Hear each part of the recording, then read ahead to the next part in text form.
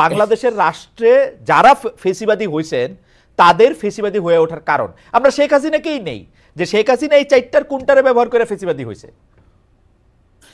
এখানে এখানে হলো যে সংবিধান মেনেই যে সংবিধান মেনেই যে মানে ফ্যাসিবাদী হওয়া, এইটা আমি মনে করি যে সংবিধানের কোনো ক্ষেত্রে সংবিধান অনুসরণ না করে করছেন। কিন্তু ফ্যাসিবাদের জন্ম হয় হলো ফ্যাসিবাদী ব্যক্তি হন, দল হন বা অন্যদের দ্বারা প্রভাবিত হন।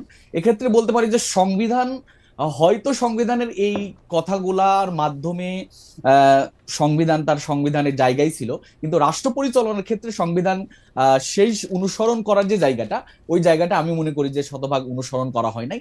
তবে সংবিধানের যে সংস্কারটার কথা এখন আসছে আমি বলে মনে করি, সেই সংস্কারটা এই জন্য মানে কথা আসছে, সেটা হলো যে সংবিধান যখন তৈরি করা হয়, এই সংবিধান তৈরির ক্ষেত্রে এককভাবে আওয়ামী লীগের একক একক ভূমিকা ছিল। এখানে অন্য কারো স্টেক হোল্ডার বা অন্য কেউ এখানে যুক্ত হয়ে যে সংবিধান তৈরি হওয়ার কথা ছিল, এরকম ছিল না।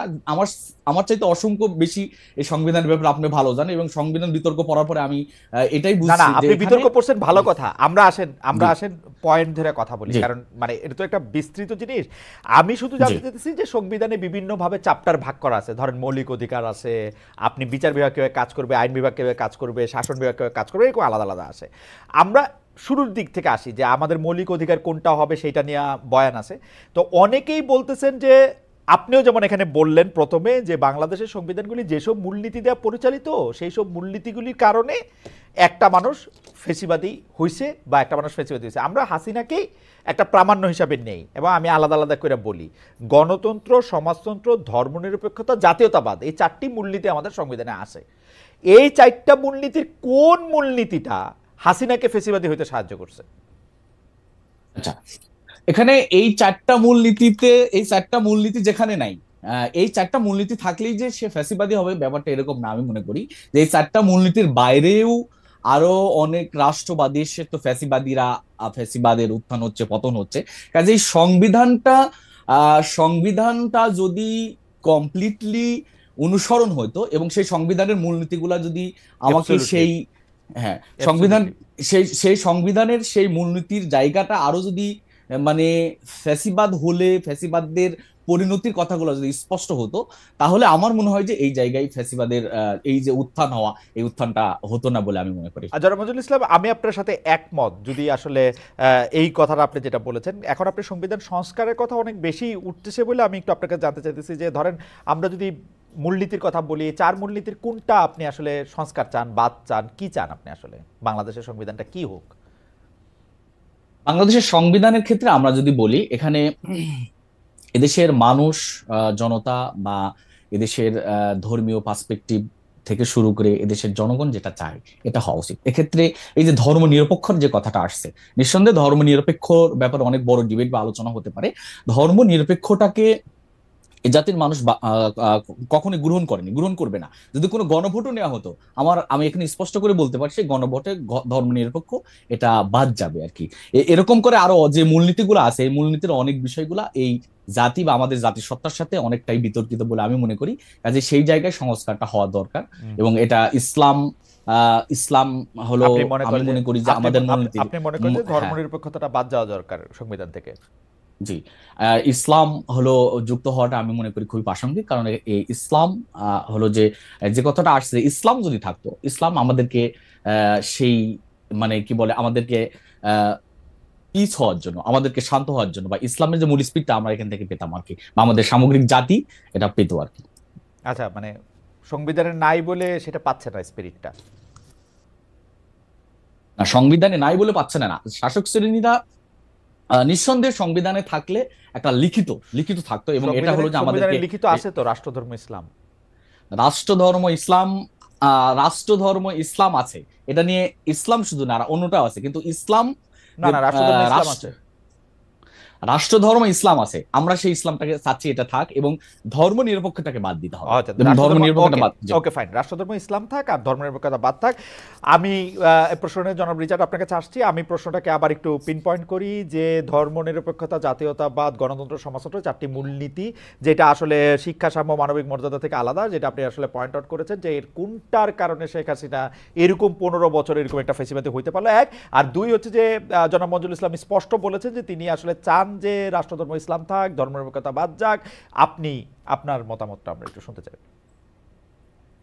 প্রথমত আমরা মনে করি মূলনীতি সাথে আসলে ফ্যাসিবাদের কোনো সরাসরি কোনো সম্পর্ক নাই। মূলনীতি কি আছে না আছে তার সাথে সম্পর্ক নাই। কিন্তু আমরা মনে করি যে 71-এর পরে যে সংবিধানটা প্রণয়ন হয়েছে সেটা গণতান্ত্রিক আকাঙ্ক্ষাকে ধারণ করে না।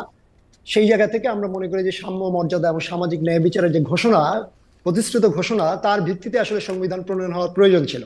কিন্তু যেটাকে আমরা সমালোচনা করি এবং যেটা সংস্কারের লক্ষ্যে আমরা এমনকি ফ্যাসিবাদ বিরোধী ছাত্র ঐক্যের গঠন করেছিলাম, এবং যেটার ধারাবাহিকতা আজকের দিনে আমরা সংস্কারের আলাপগুলোকে খুব জোরালোভাবে উঠতে দেখছি, সেটা মূলত সংবিধানের ক্ষমতা কাঠামো, যেখানে প্রধানমন্ত্রীকে সকল ক্ষমতার মালিক বানিয়ে দেওয়া হয়েছে এবং সেখানে তার কোনো ক্ষমতাকে কোনো ভারসাম্য নাই।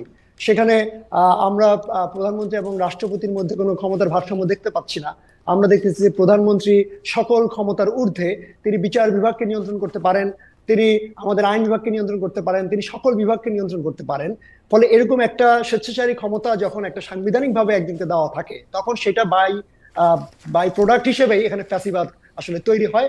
এবং শেখ হাসিনা গত 15 বছরে এই সাংবিধানিক এই যে ক্ষমতা কাঠামো, যেটার মধ্যে আসলে ফ্যাসিবাদের বীজ লুকায়িত ছিল, বপিত ছিল, সেটাকে কাজে লাগিয়েছেন। এবং সেটা তত্ত্বাবধায়ক সরকার, যেটা রাজনৈতিকভাবে সকল রাজনৈতিক শক্তিগুলোর 96-এর প্রেক্ষাপটে আন্দোলনের একটা ফসল ছিল, সেটাকে বাতিল করে তিনি আসলে 72-এর সংবিধানে ফিরে যেই ওই ক্ষমতা কাঠামোকে ব্যবহার করে এই ফ্যাসিবাদের কাঠামোতে ফিরে যাওয়া এগিয়েছেন। না। জনাব রিচার্ড সংবিধানটা আবার দেখবেন, 72-এর কাঠামোতে কিন্তু শেখ হাসিনা ফিরা যায় নাই। 72-এর সংবিধানে শেখ হাসিনা যদি ফিরা যাইতো তাইলে কিন্তু, বা মানে 72-এর সংবিধানে যদি শেখ হাসিনা ফিরা যাইতেন, তাইলে কিন্তু আমাদের অনেকগুলি ক্ষেত্রেই তিনি এরকম ভাবে স্বৈরাচারী জিনিসগুলি করতে পারতেন না। তার পুলিশ, তার র্যাব, তার অন্যান্য বাহিনীগুলিকে এভাবে ব্যবহার করা যেত না। 72-এর সংবিধান খালি ফলো করলো, সেটা অন্য গল্প। কিন্তু আপনারা মনে করতেছেন যে শেখ হাসিনা যেহেতু তত্ত্বাবধায়ক সরকার ব্যবস্থা বাতিল করছে, যে তত্ত্বাবধায়ক সরকার ব্যবস্থা সংবিধানে আসছে হলো দ্বাদশ সংশোধনী দিয়া 96 সালে, সেইটার জন্য এই সংবিধানের আমূল সংস্কার প্রয়োজন। জনাব রিচার্ড, মানে তত্ত্বাবধায়ক সরকার ব্যবস্থার জন্য সংবিধানের সংস্কার ব্যবস্থা প্রয়োজন? না, আমরা বলতেছি যে তত্ত্বাবধায়ক ছিল একটা জোড়াতালির সমাধান। অর্থাৎ এখানে সংবিধানটাই গণতান্ত্রিক না। আমরা একটা গণতান্ত্রিক সংবিধান নির্মাণের পক্ষে, এবং আমরা মনে করি যে যে সংকটগুলো রাজনৈতিক মহলে তৈরি হয়েছে বাংলাদেশে, যে এই সংকটকে পুঁজি করে এখানে ভোটাধিকার কেড়ে নেওয়া হয়েছে, এখানে প্রতিষ্ঠানগুলোকে ধ্বংস করা হয়েছে, এখানে একটা জবরদস্তির ক্ষমতা চাপিয়ে দেওয়া হয়েছে গণমানুষের উপরে, সেটার মূল হচ্ছে সংবিধানের গণতান্ত্রিক সংবিধান না থাকা। ফলে সংবিধানের যে অগণতান্ত্রিক যে ভিত্তিগুলো, আমরা সেই ভিত্তিগুলোকে আসলে পরিবর্তন করে একটা গণতান্ত্রিক রূপান্তরের দিকে আমরা যাত্রাকে আমি মনে করি যে একটা স্থায়ী সমাধান। সেখানে তত্ত্বাবধায়ক একটা বন্দোবস্ত ছিল, কিন্তু আজকে বাংলাদেশের 24 প্রেক্ষাপটে পরবর্তী বাস্তবতায়, এতদিনের লড়াই এবং অভিজ্ঞতার বাস্তবতায় আমরা মনে করি এই লড়াইটাকে একটা রাষ্ট্রের একটা গণতান্ত্রিক সংস্কারের লড়াইয়ে রূপান্তর করা প্রয়োজন। জনাব রিচার্ড, আমি একটু আমার 2 পয়সা এখানে দিয়ে রাখি। প্রথম কথা হইল যে সংবিধান দেখা শেখ হাসিনা ক্ষমতা চালায় নাই। শেখ হাসিনার ক্ষমতা আপনি যখন আইন কানুনের মধ্যে এটা দেখবেন, গত 15 বছরের শাসনে অন্তত 1500 বার তিনি সংবিধান লঙ্ঘন করেছেন। সংবিধানে গুম, খুন, নির্বাচনকে ম্যানিপুলেশনের কোনো রকম কথা নাই। সংবিধানের মূল কথাটাই তিনি মানেন নাই, যেটার মধ্যে লেখা আছে প্রজাতন্ত্রের মালিক হইল জনগণ, উৎস না কিন্তু। প্রজাতন্ত্রের মালিক হলো জনগণ। তিনি সব ক্ষেত্রে সব জায়গায় বলেছেন আমি বিশ্ববিদ্যালয় দিয়েছি, টেলিভিশন দিয়েছি, উনি নাকি দিয়েছেন এগুলা।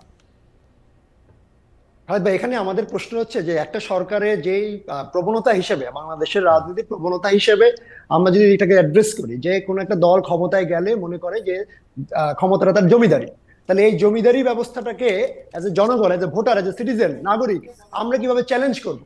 আমাদের চ্যালেঞ্জ করার জায়গাটা আমরা কোথায়? বর্তমান প্রতিষ্ঠান আমরা কি এখানে আসলে জনাব দাঁড়িয়েছে রিচার্ড কিনা? জনাব রিচার্ড আমি এটা বলতে পারি আমরা বর্তমান সংবিধান দিয়ে এটা আসলে চ্যালেঞ্জ করতে পারি এবং আমরা সংবিধানটাকে যদি ভালো করতে করতে স্ক্যান্ডিনেভীয় সংবিধান বা আমেরিকান সংবিধান বা কোনো একটা মানে মানে কি বলবো অলৌকিক সংবিধানও করে ফেলি তাইলেও কোনো লাভ হবে না। এখনকার সংবিধানে আমরা এই ক্ষমতাটাকে চ্যালেঞ্জ করতে পারি। এটা হচ্ছে আমার দুই পয়সা আমি দিয়ে রাখলাম। আপনার সাথে এটা নিয়ে আবার আমার পরে কথা হবে, নিশ্চয়ই নানা সময় এগুলি নিয়ে আসলে কথা বলতেই হবে। কারণ হচ্ছে যে কাগজ বা বই মানুষকে স্বৈরাচারী করে না, মানুষ স্বৈরাচারী হয় অন্য অন্য কারণে। আমরা এই প্রশ্নটা আমরা একটু করতে চাই যে